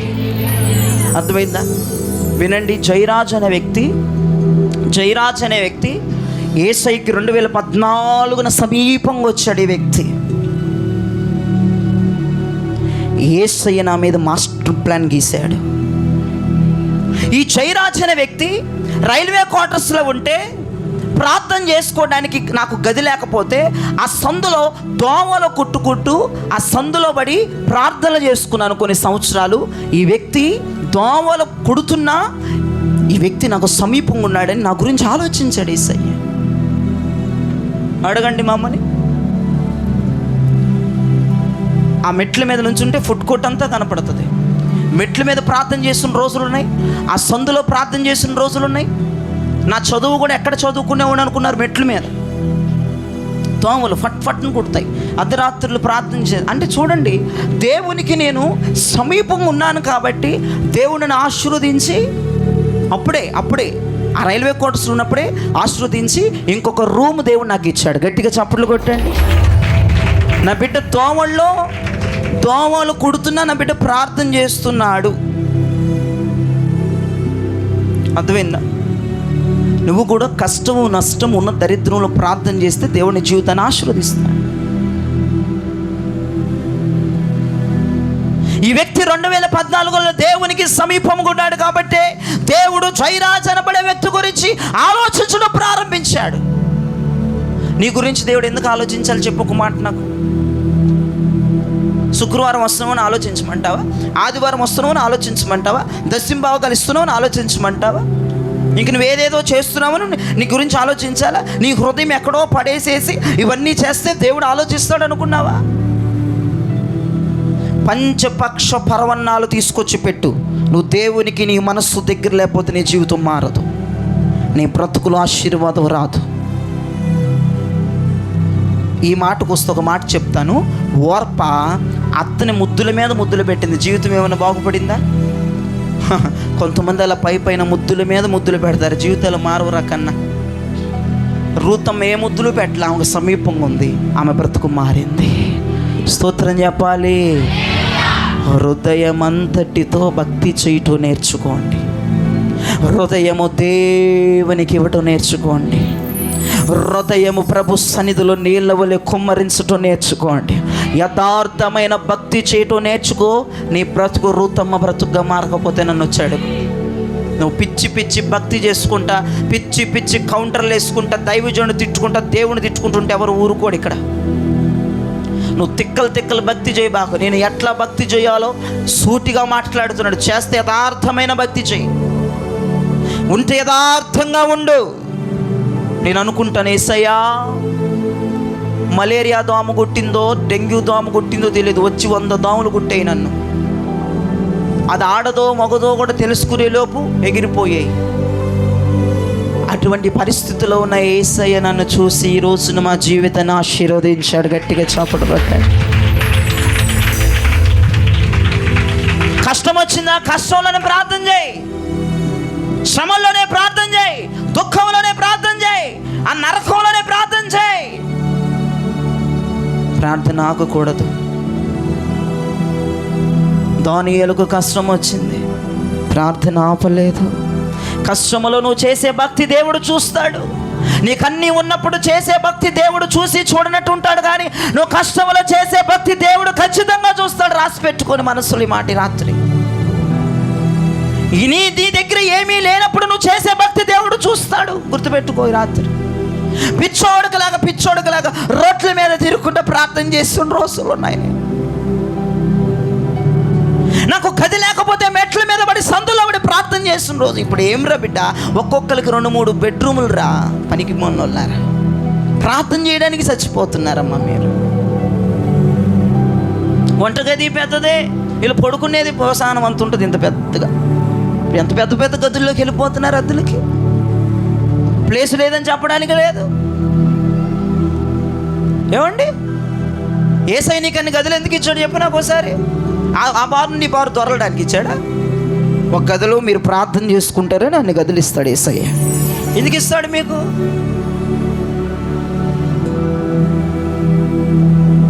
అమ్మో, చిన్న గదులు ఉన్నప్పుడు పొలోలు భక్తి చేసిందేమో, అందుకే నీకు ఇవ్వాల డబుల్ బెడ్రూమ్, ఇంత బారు గదులు ఇవ్వాల నీకు. ఆ చిన్న గదిలో పడి చచ్చినప్పుడు నువ్వు చేసావని భక్తి. చిన్న గదిలో వంటంటే ఏమేంటో, చిన్న గది గిదరట్లేదు అంటుంది. పెద్ద గది ఇచ్చి చూద్దామని ఎత్తేనేమో, అమ్మో నీ నాటకం బయటపడిపోయింది. అప్పుడు ఈయనకంట ఇరుగ్గదంట, కుదరట్లేదంట, డబుల్ బెడ్రూమ్ ఎత్తి తీసేస్తారంట వీళ్ళు. ఏమి తీస్తాడో ఇచ్చాడు, ఒకటే తీసేస్తున్నారు ఇప్పుడు. మరి డబుల్ బెడ్రూమ్ ఇల్లులు, బారు ఇల్లులు ఒకటే పడి ప్రార్థనలు చేస్తున్నారు కదా. మరి నీ నాటకం అంతా బయటపడింది, ఇక నువ్వేమి దాచుకోవడానికి లేదు అక్కడ. సీన్ నేను యేసయ్యని అడిగాను, అదార్థంగా యేసయ్యా దోమల్లో ప్రార్థన చేస్తున్నాను, చీకట్లో ప్రార్థన చేస్తున్నా, ఒక్క గది ఉంది యేసయ్యా ప్రార్థన చేసుకోవడానికి. నేను ప్రార్థన చేస్తా అడిగాను, నువ్వు ప్రార్థన చేయకుండా ఇరుగ్గది, చిన్న గది, పెద్దదైతే 5 గంటలు, పెద్దదైతే 10 గంటలు, పెద్దదైతే ఆల్ నైటు. ఏ ఆల్ నైట్ అమ్మా, నిద్రపోతున్నారు బుర్ర తీసుకొని. ఏం చేస్తున్నావు అమ్మా, ఒక్కసారి జ్ఞాపకం చే. నీ బతుకు ఎట్టు మారిద్ది, జీవితం ఎట్టు మారిద్ది. స్తోత్ర ప్రార్థన పట్టుమని అమ్మ 3 గంటలకమ్మా నువ్వు లెగిచి 3 గంటలు లెగిచి ఆకాశం అందున్న దేవుని వైపు తలెత్తి 2 చేతులెత్తి స్తోత్రం స్తోత్రం స్తోత్రం స్తోత్రం స్తోత్రం, ఇశ్రాయేలు దేవుడు స్తుతి నొందునుగాక, ఇశ్రాయేలు దేవుడు స్తుతి నొందునుగాక అని గనక ప్రభుకు నువ్వు స్తోత్ర ప్రార్థనలు చేస్తే జీవితాలు నవనూతన బాటలో నడుస్తాయి. స్తోత్రం చెప్పండి గట్టి. ప్రభుకి కృతజ్ఞత స్తుతులు, ప్రభుకి స్తోత్రాలు. ఇశ్రాయేలును కాపాడువాడు కునుకడు నిద్రపోడు, వేల్పులతి గరుడైన నా దేవుడు స్తుతి నొందునుగాక. 3ంటికి లేచి కూడా బాధలు చెప్పుకునే వాళ్ళు ఉంటారు. మధ్యాహ్నం చెప్పు, పొద్దున్న చెప్పు, చర్చికొచ్చి చెప్పు, ఇంకా ఆయనకు స్తుతి ఎప్పుడు చెప్తావు? 3 గంటలకు స్తోత్ర ప్రార్థన సమయం అది. దేవదూతలు వచ్చి నీ మనసంతటితో నువ్వు చేస్తున్న ప్రార్థనని, అవి తీసుకొచ్చినటువంటి బంగారపు గిన్నెలలో నువ్వు చేస్తున్న స్తోత్ర ప్రార్థన వేసుకుని ప్రభు దగ్గరికి తీసుకువెళ్తాయి. 3 గంటలకు దేవదూతలు కోట్ల దూతల భూమి మీదకు దిగి వస్తాయి. 3 గంటలకు బంగారపు తట్టెలను గిన్నెలను పట్టుకొని భూమి మీద కోట్లాను దూతలు దిగి వస్తాయి. ఒక బలమైన నిచ్చిన పరమ నుండి భూమి మీదకి వేయబడుతుంది 3 గంటలకి. ఒక్కొక్క కుటుంబాల మీదకి ఇదిగో దేవదూతలు దిగి వస్తాయి. నువ్వు పడుకుంటే పరలోకముకి వెళ్ళి ఏం చెప్తాయి తెలుసా? సోమరి పోతోడు వణుకున్నాడయ్యా, ఆ సోమరి పోతుది పడుకుందయ్యా, పొగరబోతులని ప్రభుకు చెప్తారు నీ గురించి ఇన్ఫర్మేషన్. నీ ఇల్లు 3 గంటలకు స్తోత్రాలతో నిండిపోవాలి. స్తోత్రం చెప్పండి. కష్టమో నష్టమో కష్టాలు ఎదురైనా నా యాత్రను సాగాలంటే స్తోత్రం ప్రార్థన చేయాలి. అర్ధరాత్రి ప్రార్థన చేయాలి. వీలున్నప్పుడు ఆల్ నైట్ ప్రేయర్లు చేసుకోవాలి. అయ్యగారు వచ్చి పెడితే కూర్చోవడం కాదు, నువ్వు ఓన్గా ఆల్ నైట్ ప్రేయర్లు చేసుకోవాలి. అయ్యగారు రాకపోతే ఆల్ నైట్ ప్రేయర్ లేదు, కీల్ నైట్ ప్రేయర్ లేదు. ఆల్ నైటా అదేంటి అనుకుంటావు? అయ్యగారు వచ్చి పెడితే అయ్యగారు ముందు ఎవడైనా ఉంటాడు, కళ్ళకి ఏంటిది పుల్లలు పెట్టుకుని ఎవడైనా కూర్చుంటాడు. అయ్యగారు అంటే భయం. అయ్యగారు లేకుండా చెయ్యి. ఆల్ నైట్ ప్రేయర్ కంటే పొడుకోవటం ఎక్కువైపోతుంది ప్రార్థనలో. పట్టుమని భక్తి రాదు, పట్టుమని ఏది రాదు నీకు. మళ్ళీ చెప్తున్నాను, నువ్వు దేవునికి దూరంగా ఉంటే దేవుడు నిన్ను ఎత్తుక్కొని రాడు. నీ బతుకు నీకు సిగ్గయి అందరు తిడతంటే ఇంకా కట్టిక పేదరిలోకి పోతుంటే అప్పుడు వస్తే కుదరదు. దయచేసి ఈ రాత్రి దేవుడు నీ జీవితం ఇంకా చిత్తులోకి వెళ్ళకముందే మాట్లాడుతున్నాడు. మనం ఎంత ధన్యులు. నువ్వు నీ మనస్సుతో యేసయ్యని ఆరాధించాలి ఈ రోజు నుంచి. స్తోత్రం చెప్పండి యేసయ్యకి. నువ్వు యేసయ్య దగ్గరికి ప్రాణాత్మ దేహాలకి ఆయనకు అర్పించి నువ్వు ముందుకు రావాలి రాత్రి, అంతే. హన్న పిల్లోడి కోసం ప్రార్థన చేసిన, బొడ్డోడి కోసం ప్రార్థన చేస్తే ఆ బొడ్డోడిని పాలు ఇడిచిన తర్వాత యేసయ్య సన్నిధిలో వేసేసిందండి. యేసయ్య సన్నిధిలో వేసేసి, సమూయేలు సాంబార్ తాగేవారా, ఇడ్లీ తిన్నావా, ఏం టిఫిన్ చేసావురా అని అడిగింది. ఏమన్నా వచ్చి అస్సలు గాడి వైపు కన్నెత్తి చూసేది కాదు. సంవత్సరానికి ఒక్కసారి వచ్చేది. బట్టలు కొనిపెట్టి ఒక్క జోతే. అడిగి బట్టలు ఎన్ని జోతలు? నువ్వు మార్కెట్కి పోతే 3-4 జతలు నీ కొడుకు నీకు ఇప్పించేది దాకా నీ ఊపిరి ఆడదు. ఏందిరా నువ్వేం చేస్తున్నావు రా, నీకు 3-4 జతలు కొని. నువ్వు మార్కెట్కి పోతే, నువ్వు బయటకు పోతే నువ్వు 2-3 చీరలు కొనుక్కొని రావు నువ్వు బయటికి. నువ్వు జ్యువెలరీ షాప్కి ఒక చోలియానికి వెళ్తే నువ్వు 10 జతలు కొనుక్కుంటే కానీ రావు బయటికి. అసలు ఒక వస్తువు కానీ వెళ్తావు, 10 వస్తువులు వేసుకొస్తావు. సంవత్సరానికి ఒక్క బట్ట. స్తోత్రం చెప్పండి యేసయ్యకి. అదే వేసుకోవాలి, అదే ఉతుక్కోవాలి, మళ్ళీ అదే ఆరబెట్టుకోవాలి, అదే వేసుకోవాలి. అది ఆరిందాక టవల్ చుట్టుకొని ఉండాలి. ఏం చేస్తాం? ఒక జొత ఏమొస్తుంది అడిగి? సంవత్సరానికి ఒక జొత. బైబిల్లో ఉందా లేదా మాట? ఏడాదికి ఒక జొత ఇస్తుంది ఆవిడ. నేనేం అబద్ధం చెప్పట్లేదు. అది ఆరిందాక ఆడ చూస్తుంది, దానికి వెళ్ళి ఇచ్చేది, వెళ్ళిపోయేది. ఎక్కడీడు రోజు వెళ్ళిపోయి పొద్దున్న టిఫిన్ చేసావా, మధ్యాహ్నం అన్నం తిన్నావా, సాయంత్రం స్నాక్ తిన్నావా అని అడిగితే అమ్మా నేను వచ్చేస్తాను ఎక్కడ వస్తాడోనని అసలు ఆడికి వెళ్ళే చూసేది కాదు. వినండి వినండి వినండి. సమూయేలు ఏం చేస్తాడో చూడండి ఒకసారి. మొదటి సమూయేలు 3వ అధ్యాయము 3వ వచనం చూడండి. దీపము ఆరిపోక మునుపు సమూయేలు దేవుని మందసమున్న యెహోవా మందిరములో పండుకొని ఉండగాను. ఇప్పుడు చెప్పండి, ప్రభు రాకడ వచ్చేస్తుంది. తీయొద్దు మీరు బైబిల్స్. ప్రభు రాకడ వస్తే నువ్వు సమూయేలు గ్రంథం తీయకముందే ఎగిరిపోతాము. ఆయన రాకడ కనిపెట్టుకుని ఉండండి. ఇప్పుడు ఈ సమూయేలు బెడ్రూమ్లో పడుకున్నాడా, మందిరంలో పడుకున్నాడా? బయట నొలక మంచం వేసుకొని పడుకున్నాడా, మందిరంలో పడుకున్నాడా? పాస్టర్ గారి దగ్గర పడుకున్నాడా, ఒంటరిగా పడుకున్నాడా? ఒంటరిగా మందిరంలో పడుకున్నాడు. ఎక్కడ? మళ్ళీ అక్కడ ఫ్యాన్ వేసుకొని అక్కడ కాదు, ఎక్కడ ఫ్యాన్ వేసుకొని అక్కడ కాదు, ఇక్కడ ఫ్యాన్ వేసుకొని ఇక్కడ కాదు, ఎక్కడ ఫ్యాన్ వేసుకొని ఇక్కడ పడుకున్నాడు. మందసం ఉన్న ప్లేస్లో పడుకున్నాడు. దీపం ఆరిపోక అండి. చిన్నపిల్లడు చీకట్లో పడుకుంటాడా? ఇంకా కాసేపు అయితే దీపం ఆరిపోద్ది, చర్చ్ అంతా చీకటి అయిపోద్ది. ఇప్పుడు మనం చర్చ్ అయిపోయినాక వెళ్ళిపోతాం. ఈ లైట్స్ వేసే ఉంచుతారా? అందున మీరు కట్టేస్తారు, చీకటిగా ఉంటుంది. ఇంకా కాసేపు అయినాక దీపం ఆరిపోద్ది. దీపం ఆరిపోయినాక చిన్నపిల్లలు ఉలికి పడతారా, పడరా? ఆడికి చూడండి, ఆ సమూయేలు గారికి చూడండి, మందస్సు ఉన్న ప్లేస్లో చీకటిగా ఉన్న చర్చ్ ఉన్న చూడండి. ఎవరైనా పెద్దోళ్ళ దగ్గర పడుకుంటారు చిన్నపిల్లలు. అమ్మ పక్కనో, అమ్మమ్మ పక్కనో, తాతయ్య పక్కనో, పెదనాన్న పక్కనో, పెద్దమ్మ పక్కనో, ఏమండి ఎవరు పెద్దోళ్ళు ఉంటే వారి పక్కనో చిన్నపిల్లలు వేసుకొని పడుకుంటారు. అలాంటిది మనోడు దీపము ఆరిపోకముందే మందస్సుమున్న స్థలములో నిద్రపోతున్నాడు అంటే స్తోత్రం చెప్పండి యేసయ్యకి. బెడ్రూమ్లో పడుకోలేదు, ఏలీ పాస్టర్ గారి దగ్గర పడుకోలేదు. ఒకరోజు పడుకున్నాడు, భయపడలా. 2వ రోజు పడుకున్నాడు, భయపడలా. 3వ రోజు పడుకున్నాడు, భయపడలా. యేసు ప్రభువు ఆకాశమందు ధవలవర్ణ సింహాసనమందు కూర్చొని సమూయేలు భయపడకుండా చిన్న పిల్లోడు చీకట్లో పడుకొని ఉండడం చూస్తున్నాడు. వారం రోజులు చూశాడు, 14 రోజులు చూశాడు, 20 రోజులు చూశాడు, 1 నెల రోజులు చూశాడు. ఓరి బాబు, వీడు భయపడకుండా నా మందస్సమున్న చోట్ల పడుకుంటున్నాడు, నా మహిమ దిగి వచ్చి చోట్ల పడుకుంటున్నాడు. వీడు నాకు సమీపంగా ఉన్నాడని, వీడితో నేను మాట్లాడాలని దేవుడు మాట్లాడడం ప్రారంభించాడు. దేవునికి సమీపంగా ఉన్న వారి జీవితాల్లో దేవుని స్వరం వారు ఖచ్చితంగా చూస్తారు.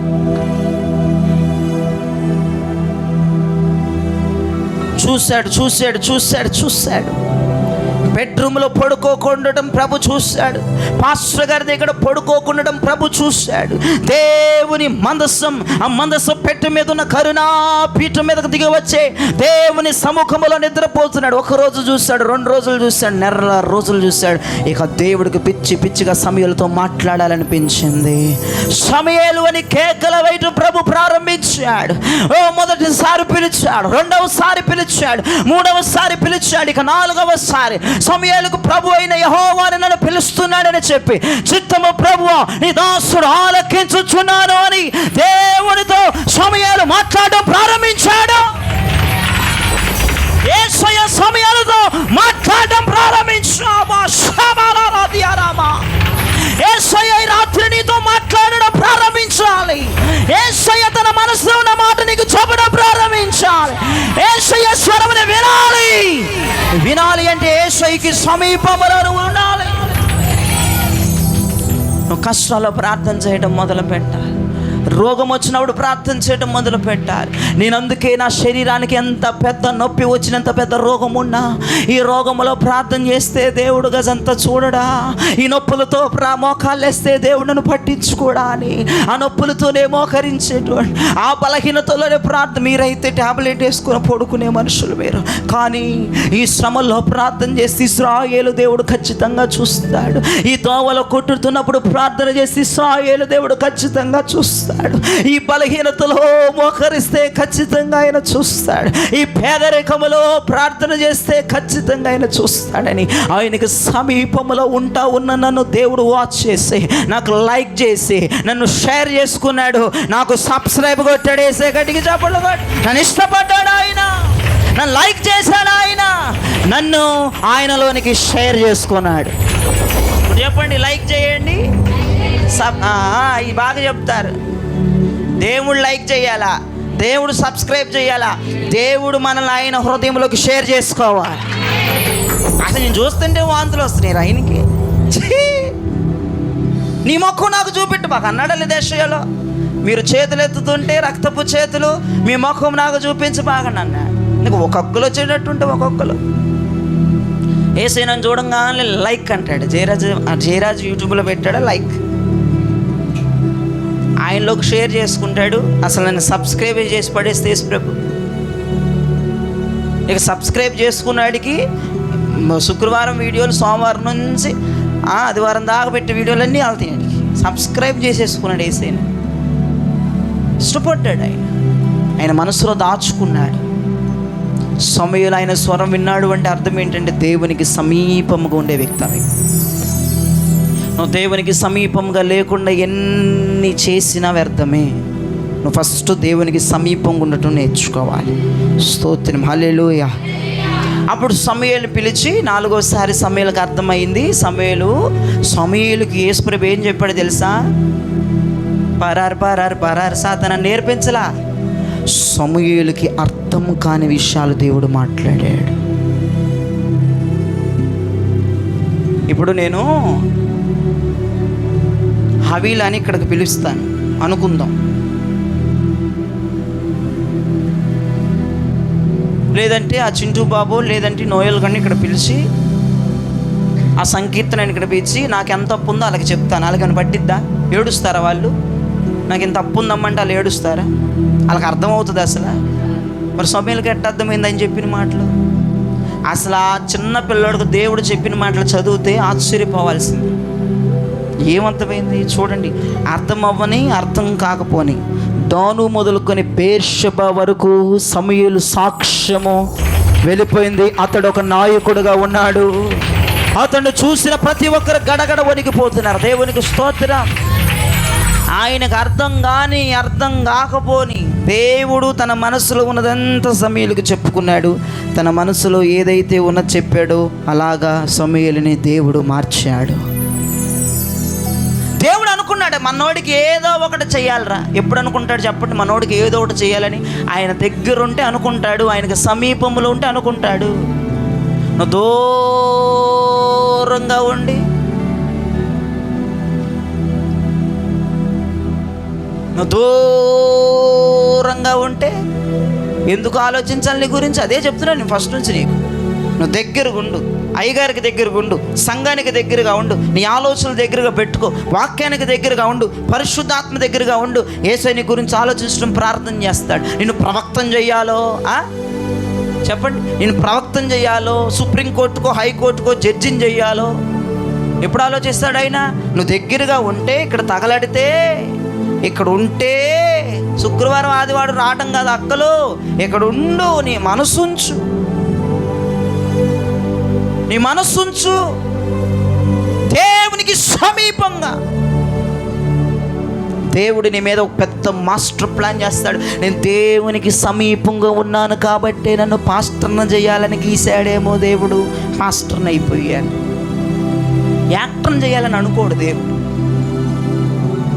ఇన్స్టాలో రీల్స్ చేసే వాళ్ళని చేద్దామని అనుకోడు, అట్లాంటివి అనుకోడు. నువ్వు అనుకుంటావు నీ సినిమాలో నటించాలి అని అనుకుంటే అట్లా గీయుడు నిన్ను కొడతాడు, పొల్లన్నీ రాలిపోతాయి. నిన్ను పోలీస్ చేయాలా,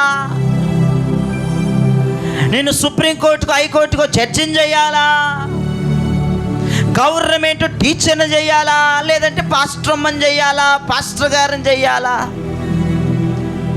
అని ఎప్పుడు ఆలోచిస్తాడు యేసయ్య? ఆయనకు దగ్గరగా ఉన్నప్పుడు, ఆయనకి సమీపంగా ఉన్నప్పుడు, ఆయనకి నీ హృదయం అప్పగించినప్పుడు, ఆయన మనస్సు నీ మనస్సులో కేంద్రీకరించినప్పుడు, పెదవుల మీదుగా కాక స్తుతి ఆరాధన హృదయమందరి వచ్చినప్పుడు, పెదవులతో కాక దేవుణ్ణి ప్రేమించేది హృదయం అంతటితో ప్రేమించినప్పుడు నీ గురించి ఆలోచిస్తాడు. ఆ ఆలోచన పట్ల దేవుడు నెరవేరుస్తాడు. నా గురించి ఆలోచించిన దేవుడు నా గురించి నెరవేర్చడం కూడా అయిపోయిందా, అయిపోలేదా? నా పట్ల అయిపోయింది. ఇంకా ఇప్పుడు నన్ను ఎట్లాంటి స్థాయిలోకి తీసుకెళ్ళాలని ఆలోచిస్తున్నాడు నాకు తెలియదు, కానీ నేను అనుకుంటున్నాను నా ప్రభు చెయ్యి చాలా పెద్దది కనుక పెద్దగానే ఆశీర్వదించడం చూస్తున్నాడు దేవుడు. నన్ను ఇంకా పెద్దగా ఆశీర్వదించడం చూస్తున్నాడు. నాకు అర్థమవుతుందంటే నేను ఆయనకి సమీపంలో ఉన్నాను, నాకు అర్థమవుతుంది. దేవుడేదో మందిరాన్ని మలుపు తిప్పబోతున్నాడు. మన దోనెంత చేపలతో నిండబోతుంది. గోల్డెన్ ఫిష్లు రాబోతున్నాయి మందిరానికి. అర్థమైందా? లక్షల రూపాయలు స్పాన్సర్ చేసే గోల్డెన్ ఫిష్లు మందిరానికి రాబోతున్నాయి.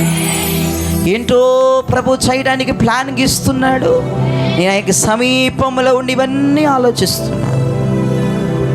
తిక్కి వేషాలు వేసావంటే ఓర్పానే. ఆమె చచ్చిందో బతికిందో, ఇల్లు కట్టుకుందో కట్టుకోలేదో, ఇంకో పెళ్లి చేసుకుందో చేసుకోలేదో, ఆమె పిల్లలకు అందో గొడ్రాలుగా ఉందో, ఆమె సత్తే ఎక్కడ పాతి పెట్టారో, ఆమె జీవితం అసలు ఏమైపోయిందో, రూతమ్మది అన్నీ ఋతు గ్రంథంలో పిన్నుంది ఆమెది.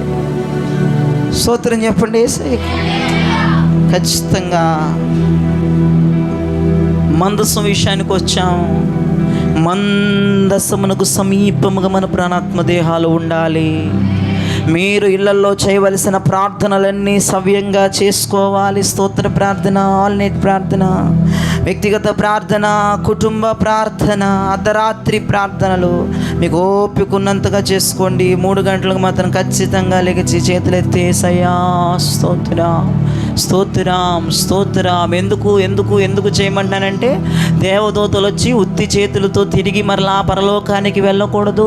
దేవదూతలు తెచ్చుచున్న గిన్నెలలో మన స్తోత్ర ప్రార్థన పోయబడాలి. స్తోత్రం చెప్పండి.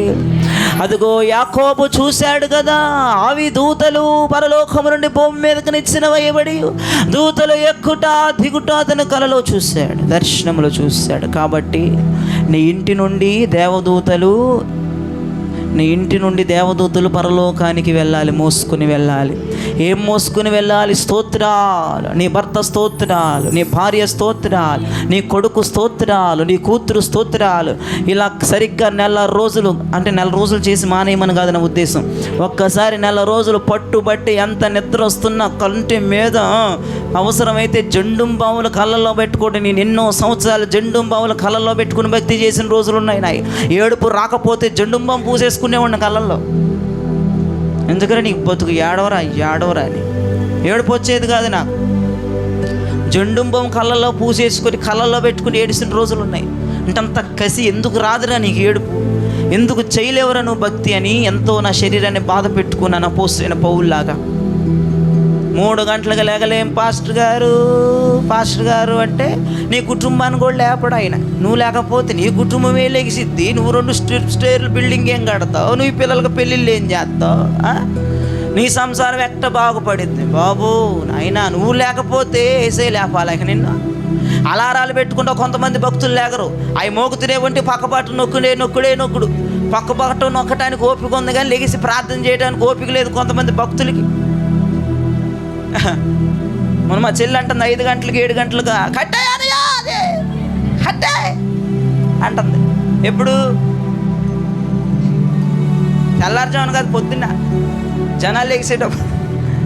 స్తోత్రం చెప్పండి యేసయ్యకి ఒకసారి. ఆలోచించండి. అలారాలు కట్టేసి పడుకునే భక్తులు మీరు కాదా? ఎందుకు ఇప్పుడు బతుకులు ఇట్ట ఎందుకున్నాయంటే అలారాలు కట్టేసే దయ్యాన్ని నేనే. ఎంత షోయింగ్కి అలారాలు పెడతాం. కొంతమంది పిల్లలు షోయింగ్లకు నా ముందు మోగుతాయి 3 గంటలకు అలారాలు. అవన్నీ వాళ్ళు ఎగరన్న విషయం నాకు తెలుసు. నా దగ్గర ఉంటే మాత్రం పడుకోరు, నా దగ్గర లేకపోతే పడుకుంటారు. అంటే మనిషి ఉన్నప్పుడు ఒక భక్తి, మనిషి లేనప్పుడు. కాబట్టి మీరందరూ యేసయ్యకి దూరంగా ఉన్నారు. అందుకే మీ జీవితాల్లో కార్యాలు జరగట్లేదు. నా చిన్న వయసు, నా వయసే మీది. నన్ను ఆశీర్వదించిన దేవుడు మిమ్మల్ని ఎందుకు ఆశీర్వదించడు? నా దేవుడు ఒక దేవుడు కాదుగా, నీ దేవుడు ఇంకో దేవుడు కాదుగా. నా దేవుడి పేరు యేసయ్య అయినప్పుడు నీ దేవుడి పేరు యేసయ్య. నా దేవుడు మనసు కనికరమైనప్పుడు నీ దేవుని మనసు కనికరమే. సుగుణాల సంపన్నుడా అన్నాడు ప్రతిష్టత కలిగి. పద్దాల మ్యూజిక్ అబ్బాకు నువ్వు స్తుతిగానాలవ. ఆయన ఎవరంట? సుగుణాల మంచి దేవుడు, మంచి సుగుణాలు కలిగిన దేవుడు ఆయన. ఇప్పుడు నేను నమ్ముకున్నాడు, నువ్వు నమ్ముకున్నావు, నేను పట్టుకున్నాడు, నువ్వు పట్టుకున్నావు, నేను వచ్చిన దగ్గరికే నువ్వు వస్తున్నావు. నీ బతికెందుకు మారదు, నా బతికెందుకు మారిందిరే బాబు అంటే, నేను మనిషి ఉన్నప్పుడు ఒకలాగా, మనిషి లేనప్పుడు ఒకలాగా నేను భక్తి చేసేవాడిని కాదమ్మా. నేను ఏదైతే మీకు ముక్కుసూటిగా నేను ప్రకటిస్తున్నాను, నా గదిలో కూడా అన్ని గంటలు ప్రార్థన చేస్తాను, అన్ని గంటలు దేవునితో సహవాసం చేస్తాను, అన్ని గంటలు వాక్యంలో నేను నిమగ్నమైపోతాను. నేను మైకులో ఏదైతే మాట్లాడుతున్నానో నా కుటుంబ పరంగా, కుటుంబంలో నా ప్రార్థన అలానే ఉంటుంది. కాబట్టి దేవుడు నన్ను ఆశీర్వదించాడు. స్తోత్రం చెప్పండి ఒకసారి. మనిషిని చూసుకుని ఒక భక్తి, మనిషి లేకపోతే ఇంకో భక్తి, మనిషిని చూసుకుని ఒక మాట, మనిషి లేకపోతే ఇంకో మాట, మనిషిని చూసుకుని భయపడటం, మనిషి లేకపోతే ఎరగబడిపోవటం, మనిషిని చూసుకొని లోబడిపోవటం, మనిషి లేకపోతే ఇవన్నీ నాకు జంతానాయి, నాకు అసలు ఎన్ని నచ్చవు. మనిషి ఉన్నప్పుడు ఇలానే ఉంటాను, మనిషి లేనప్పుడు ఇలానే ఉంటాను.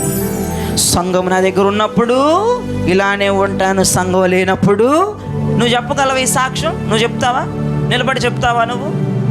నేను చర్చిలో దైవజనుడి ముందు ఎలా ఉన్నానో ఇంటి దగ్గర కూడా అలానే ఉన్నాను అని అసలు ఒక్క రిమార్క్ కూడా ఉండకూడదు. చెప్పు.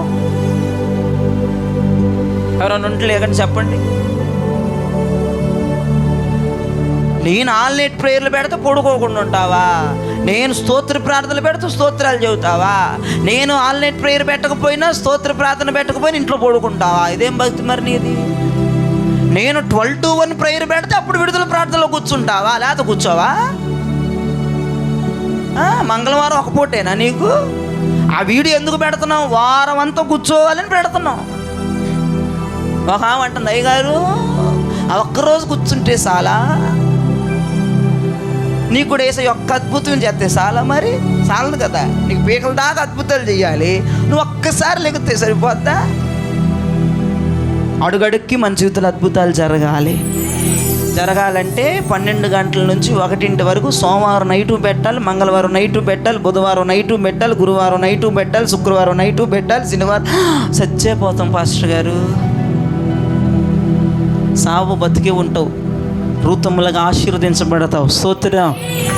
నీ పునాదులు కదలటం మొదలు పెడుతుంది, మూడైపోయిన జీవితాలు చిగురించటం మొదలవుతాయి, గడప పునాదులు కదిలిపోతాయి, సంఖ్యలు తెగిపోతాయి, గోడలు కోలిపోతాయి. నువ్వు ప్రార్థన చేసి చూడేలాగా. 12 to 1 యూట్యూబ్లో పెట్టేది ఆటకైతనంగా పెట్టట్లేదు, నువ్వు ప్రతి రాత్రి విడుదల ప్రార్థనలో కూర్చుంటామని పెడుతున్నావు. అది ఒక్క మంగళవారం రాత్రి పరిమితం కాదు, ప్రతి నైట్ ఇంట్లో మోగాల్సింది, ప్రతి నైట్ నువ్వు మేలుకు ప్రార్థన చేయాల్సింది. జ్ఞాపకం చేసుకుందాం. ఇలాగ కష్టమో నష్టమో ప్రార్థన చేయండి. మన జీవితంలో అద్భుతమైన దీవెనకరమైన కృప కలిగిన కార్యాలు దేవుడు చేయునుగాక. వినండి ప్రియ దైవజనమా, యెహోషువ నాయకత్వంలో మనం రీసెంట్గా రాళ్ళ గురించి మాట్లాడుకున్నాం. యోర్దాను ఎదురొస్తే దేవుడు అన్నాడు, ప్రతిష్ఠిత కలిగిన దైవ జనుల యొక్క భుజముల మీద నా నిబంధన మందసాన్ని పెట్టి వారిని ఆ యొక్క యోర్దాను నది నడుమున నుంచోబెట్టు, మీరందరూ దాటి వెళ్ళండి అన్నాడు యేసయ్య. వారిని అలా నుంచోబెట్టాడు. ఆ నది మధ్యలో 12 రాళ్ళను తీసుకొని అవతల ఒడ్డు మీద దాన్ని స్తంభంగా నిలబెట్టమన్నాడు. దైవజనుల పాదాల దగ్గర ప్రతిష్ఠించబడిన రాళ్ళను తీసుకొని ఆ ఒడ్డు మీద నిలబెట్టమన్నాడు. మరలా ఇంకో 12 రాళ్ళు దైవజనులు నిలిచి ఉన్న స్థలములో నిలబెట్టమన్నాడు. స్తోత్రం చెప్పండి ఒకసారి. ఎందుకని దేవుడు ఒడ్డు మీద 12 నిలబెట్టమన్నాడో, ఎందుకని దేవుడు వారు నిలబడినటువంటి యోర్దాను నది నడుములు 12 నిలబెట్టమన్నాడంటే 2 ఆశీర్వాదాలకు సూచనగా ఉన్నాయి. 2 ఆశీర్వాదాలకు సూచనగా ఉన్నాయి. ఒడ్డు మీద ఉన్న 12 రాళ్ళు పర సంబంధమైన ఆశీర్వాదానికి సూచన అయితే, యోర్దాను నది నడుమున ఉన్న 12 రాళ్ళు భూ సంబంధమైన ఆశీర్వాదాలకు సూచనగా ఉన్నాయి. స్తోత్రం చెప్పండి యేసయ్యకు ఒకసారి. హలో హలో హలో హలో యేసయ్యకి సమీపముగా ఉన్న వారి జీవితంలో 2 ఆశీర్వాదాలు అపరిమితముగా దిగి వస్తాయి. పర సంబంధమైన ఆశీర్వాదములతో భూ సంబంధమైన ఆశీర్వాదములతో యెహోవాకు సమీపముగా ఉన్నవారు పొందుకొనుగాక. ఎందుకని దేవుడు ఒడ్డు మీద 12 రాళ్ళు పెట్టమన్నాడంటే అది పర సంబంధమైన ఆశీర్వాదాలు. ఎందుకని దేవుడు ఈ యొక్క యోర్దాను నడి మధ్యలో 12 రాళ్ళు నిలవబెట్టమన్నాడంటే ఇది భూ సంబంధమైన ఆశీర్వాదాలు. వినండి, ఒక గమ్మత్తు ఏంటంటే, విచిత్రం ఏంటంటే, పర సంబంధమైన ఆశీర్వాదాలు ఉన్నాయి కానీ భూ సంబంధమైన ఆశీర్వాదాలు లేవు. దరిద్రమే మన కొంపల్లో. ఇది నేను ఒప్పుకుంటున్నాను, ఈ మాట మీరందరూ ఒప్పుకోవాలి. పర సంబంధమైన రక్షణ నీకు ఉంది, పర సంబంధమైన మారు మనసు ఉంది, పర సంబంధమైన అభిషేకం, ఇవన్నీ ఎక్కడి నుంచి వస్తున్నాయి? దేవుని దగ్గర నుంచి వస్తున్నాయి. వాక్యం చదవడం వస్తుంది, నీకు భాషను మాట్లాడటం వస్తుంది, ఆత్మను పొందుకోవటం వస్తుంది, రక్షణ తీసుకున్నావు, మారుమసి ఇవన్నీ వస్తున్నాయి. కానీ అప్పులు కట్టుకోగలుగుతున్నావా? లోన్లు క్లియర్ చేయగలుగుతున్నావా? ఇల్లు కట్టుకోగలుగుతున్నావా? పిల్లల పెళ్ళిళ్ళు చేయగలుగుతున్నావా? భూ సంబంధంగా అంత దరిద్రం. పర సంబంధమైన ఆశీర్వాదాలు పొందుకుంటున్నావు, బాగానే ఉంది. భూ సంబంధమై దానికి వచ్చేటప్పటికి ద్వితీయోపదేశం 28 భూ సంబంధమైనటువంటి కార్యం. నువ్వు పొలంలో దీవించబడదువు, నువ్వు ఇంట్లో దీవించబడదువు, నీ పిండి పిసుకు తొట్టయు నీ బుడ్డిలో నూనెయు దీవించబడును. చూడండి, స్తోత్రం చెప్పండి యేసయ్యకు ఒకసారి. నీ ఎదుటికి వచ్చే శత్రువు ఒక త్రోవన వస్తే 7 త్రోవ. ఇవన్నీ మన జీవితంలో చచ్చాక జరగాల, బతికినాక జరగాల. ఇవన్నీ ఈ వాగ్దానాలన్నీ చచ్చిపోయినాక జరగాల, బతికినాక జరగాల. బతికేటప్పుడే ఈ వాగ్దానాలన్నీ జరగాలి. కుటుంబ పరంగా అప్పులు, ఆర్థిక విధానం అసలు ఏమీ కుటుంబ పరంగా సెటిల్ అవ్వట్లేదు. నువ్వు ఆత్మసంబంధంగా భాషలు మాట్లాడుతున్నావు, గెంతుతున్నావు, అంతా బాగానే ఉంది. రక్షణ పొందావు, మాను మనసు పొందావు, దేవుని వెలుగు నీకు వస్తుంది, దర్శనాలు వస్తాయి, ప్రవచనాలు చెప్తావు, అంతా బాగానే ఉంది. కానీ ఇంటి పరిస్థితి చూసేటప్పటికి, ఒంటి పరిస్థితి చూసేటప్పటికి, తిండి పరిస్థితి చూసేటప్పటికి, అటు వెనక డబ్బుల పరిస్థితి చూసేటప్పుడు అంత దరిద్రం. నేను చెప్తున్నా వినండి. నీకు భూ సంబంధమైన ఆశీర్వాదాలు నీకు రావాలంటే నువ్వు చేసే ఆరాధన యథార్థంగా చేస్తే వస్తుంది. నువ్వు చదివే వాక్యం యథార్థంగా చదివితే వస్తుంది. నువ్వు పొందుకునే ఆత్మ యథార్థంగా పొందుకుంటే వస్తుంది. కొంతమంది నన్ను అడుగుతారు, పాస్టర్ గారు మీరు పరిశుద్ధాత్మ పొందుతున్నారు, మీ చర్చి వాళ్ళు పొందుతున్నారు, మీ చర్చి వారు మరి మీరు పరిశుద్ధాత్మ పొందినప్పుడు మీరు బూతులు మాట్లాడరు, వాళ్ళు ఎందుకు మాట్లాడుతున్నారు అని నన్ను అడుగుతారు. పాస్టర్ గారు మీరు పరిశుద్ధాత్మను పొందితే అన్నీ వదులుకున్నారు, వాళ్ళు ఎందుకు వదులుకోవట్లేదని నన్ను అడుగు. నేనేం సమాధానం చెప్పాలి అంటే, అయ్యా నేను ఆరాధన చేస్తున్నాను, వారు ఆరాధన చేస్తున్నారు, తేడా ఏంటంటే నేను యథార్థంగా చేస్తున్నాను, వారు ఉత్తుత్తిగా చేస్తున్నారు అని చెప్పాలి. అంతేనా? అంతే కదా. ఇప్పుడు నా నోట్లో బూతులు రావే, నేను రీల్స్ చూడనే, నేను చాటింగ్స్ చేయనే, నేను అబద్ధాలు మాట్లాడనే, నేను మీకు చెప్పి 5-6 గంటలు ప్రార్థన చేస్తాను నేనని మీకు చెప్పి నేను ప్రార్థన చేయకుండా ఉండనే చెప్తున్నాను మీకు. ఇప్పుడు నేను చేసేదంతా యథార్థంగా చేస్తున్నాం కాబట్టి అలాగ వర్కౌట్ అయిపోతుంది. దేవుడు భూ సంబంధంగా కూడా ఆశీర్వదిస్తున్నాడు మమ్మల్ని. నో డౌట్ భూ సంబంధంగా దేవుడు నిజంగా మమ్మల్ని చాలా ఆశీర్వదిస్తున్నాడు. నువ్వు భూ సంబంధంగా ఆశీర్వదించబడాలి అంటే విను, జాగ్రత్తగా విను. నువ్వు భూ సంబంధంగా ఆశీర్వదించబడాలంటే నువ్వు 10 నిమిషాలు వాక్యం చదివిన యథార్థంగా చదువు, నువ్వు 10 నిమిషాలు ప్రార్థన చేసిన యథార్థంగా చెయ్యి. యథార్థత చాలా ప్రాముఖ్యం. యేసయ్య యథార్థత చూస్తాను. నువ్వు చేసే షోయింగ్లు చూడ్డాయన, నువ్వు గెంతుకుంటూ నాట్యమాడుకుంటూ ఆరాధన చేస్తున్నావు, యథార్థంగా చెయ్యి, దేవుడు చూస్తాడు. మన చర్చిలో ఈ రిమార్క్ ఉంది, దయచేసి సరి చేసుకోండి, అది మీకే శాపం. జనాలు అంటున్నారు మీరు పరిశుద్ధాత్మను పొందుతున్నారు, మీరు గొడవలు ఎందుకు పెట్టుకుంటున్నారని జనం నన్ను అడుగుతున్నారు. ఇప్పుడు ఇక్కడ కూర్చున్న పేర్లు నేను చెప్తాను,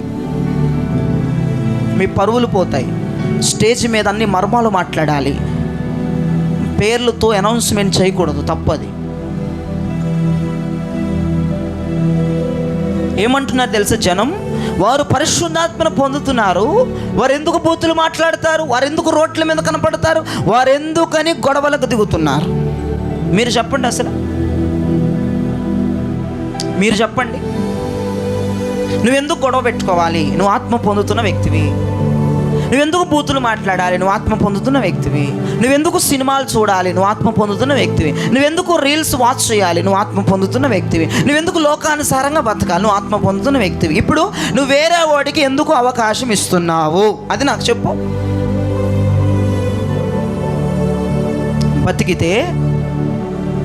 బతికితే కింగులాగా క్యూన్స్ లాగా బతకాలి. దేవుడు మనల్ని ఏమన్నాడంటే రాజకుమార పుత్రిక. చక్కని పేరు మన సంఘానికి, మన సంఘానికి కాదు, ఇలాగా ఉన్న సంఘాలన్నిటికీ ఆ పేరు, వధువు సంఘానికి ఆ పేరు పెట్టాడు యేసయ్య. ఇప్పుడు నిన్ను చూసి జనాలు ఏమంటున్నారంటే, నేను చెప్తున్నాను, నీది నష్టపోయామో వారిది నష్టపోయామో నీకు అనవసరం. నువ్వు దయచేసి నీ నోరు నువ్వు కాసుకొని ఉండు. నువ్వు దయచేసి ఎప్పటికప్పుడు నీ నోరు నువ్వు కాసుకొని ఉంటే అధికమైన ఆశీర్వాదాలు యేసయ్య నీ కుటుంబం మీద కుమ్మరిస్తాడు.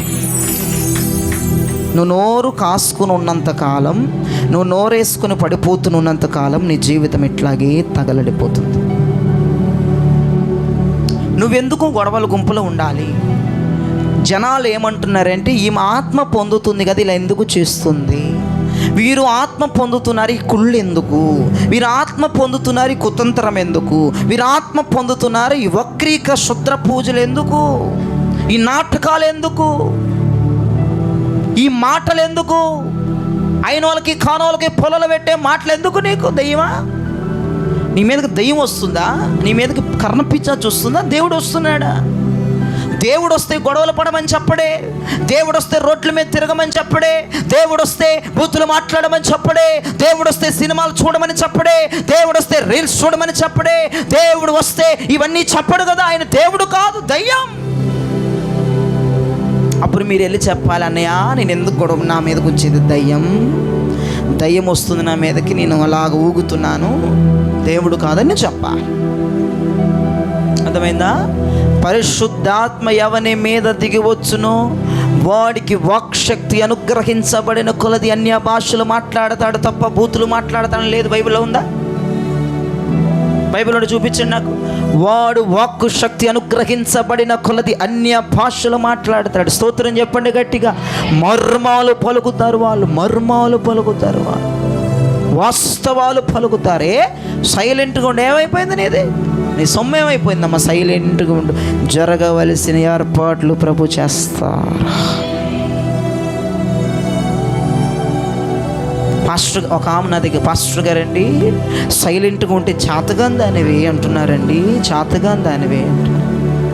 చాతగానోడే నీ భర్త అంటున్నారండి, చాతగానోడే నీ పిల్లలు అంటున్నారండి. మేము చాతగాను వాళ్ళమా? నువ్వు చేత వచ్చేలా ఏసై చేస్తాడు, నువ్వు కాముగుండు. అప్పుడు ఎవరు చేత కాదో, ఎవరికి చేత అవుతుందో అప్పుడు తెలుస్తుంది. కాముగుండు అని చెప్పాను ఆమెకు నేను. నువ్వు చేతగాని దానివి అంటున్నారు, నీ కోపం వస్తుందా? అవును, చేతగాని వాళ్ళమే. ఏంటి ఇప్పుడు? మేమేం చేయలేము, మేమేం చెందలేమండి, మాకు చేత అవ్వదు. ఏమైంది? ఒకడు అన్నాడు, చేతకాక ఏడుతున్నారా బాబు అన్నట్టుగా. చేతకాకే మరి ఆయన పాదాల మీద పడి ఏడుతున్నాం. మనకి ఏం వచ్చండి? బిల్డప్ తప్ప ఏమి లేదు అక్కడ సీను. ఈ బిల్డప్లు ఎక్కువైపోయినాయి ఈ రోజుల్లో. ఏమి లేదు అక్కడ. ఆ బిల్డప్ చేసేవాడు తొల్లు మండిపోద్ది నాకు. ఎందుకు పనికి దేవుడు ఏమన్నాడు? దరిద్రుల మొర దేవుడు ఏం చేస్తాడు? ఆలకిస్తాడు, వింటాడు. దీనుల మొరను, దరిద్రుల, నువ్వు ఉండవయ్యా, దరిద్రుడుగా ఉండు, దీనుడుగా ఉండు. బిల్డప్ ఇచ్చేవాళ్ళు దేవుడికి నచ్చరు. జ్ఞాపకం చేసుకుందా, యేసయ్య నీతోని రాత్రి మాట నీకు ఎన్ని వాక్యాలు చెప్పినా నువ్వు మారకపోతే నాదేమీ వరగదు. నేను చెప్తున్నాను, జయరాజు అనబడే వ్యక్తికి ఏమీ వరగదు. అర్థమవుతుందా?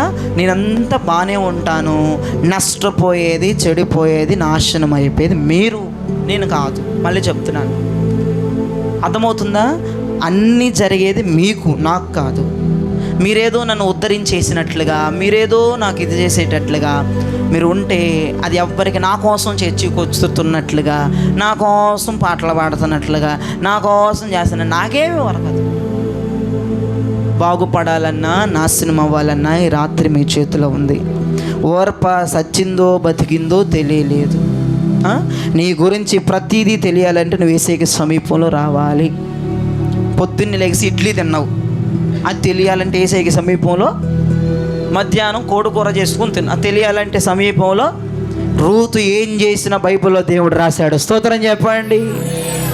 ఆమె ఏ పొలానికి వెళ్ళిందో రాశాడు, ఎట్లా ఏరుకుందో రాశాడు, వాళ్ళకి ఏం సమాధానం చెప్పిందో రాశాడు, పేలాలు రాశాడు, ఇంటికి తీసుకొచ్చింది రాశాడు, అత్తకిచ్చింది రాశాడు. మరి ఇవన్నీ రాయాలంటే నువ్వు దగ్గర ఉండొద్దా? ఓర్ప పేలాలు తిందో లేదో, ఏ ఊరు వెళ్ళిందో, నువ్వు కూడా అడ్రస్ లేకుండా పోతావా? చదువుతున్నా, రోజు పరలోకంలో నీ గురించి యేసయ్య రాయాలి. స్తోత్రం చెప్పండి యేసయ్య గట్టి. రోజు యేసయ్య రావాలి. పర సంబంధమైన భూ సంబంధమైన ఆశీర్వాదాలు నీకు రావాలి. భూ సంబంధమైన ఆశీర్వాదాలకి లింకు, నువ్వు యథార్థంగా యేసయ్యని ఆరాధిస్తే ఖచ్చితంగా భూ సంబంధమైన ఆశీర్వాదాలు నీకు వస్తాయి. ఇది మైండ్లో రాసి పెట్టుకొని మీరు ముందుకు వెళ్ళండి. ప్రభు ఆయన శైలిలో బలమైన కార్యాలు రాత్రి మీ అందరి పక్షాన జరిగించునుగాక. ఇశ్రాయేలు దేవుడు సియోనులో నుంచి మిమ్మల్ని అందరినీ సహాయం మీకు చేయునుగాక.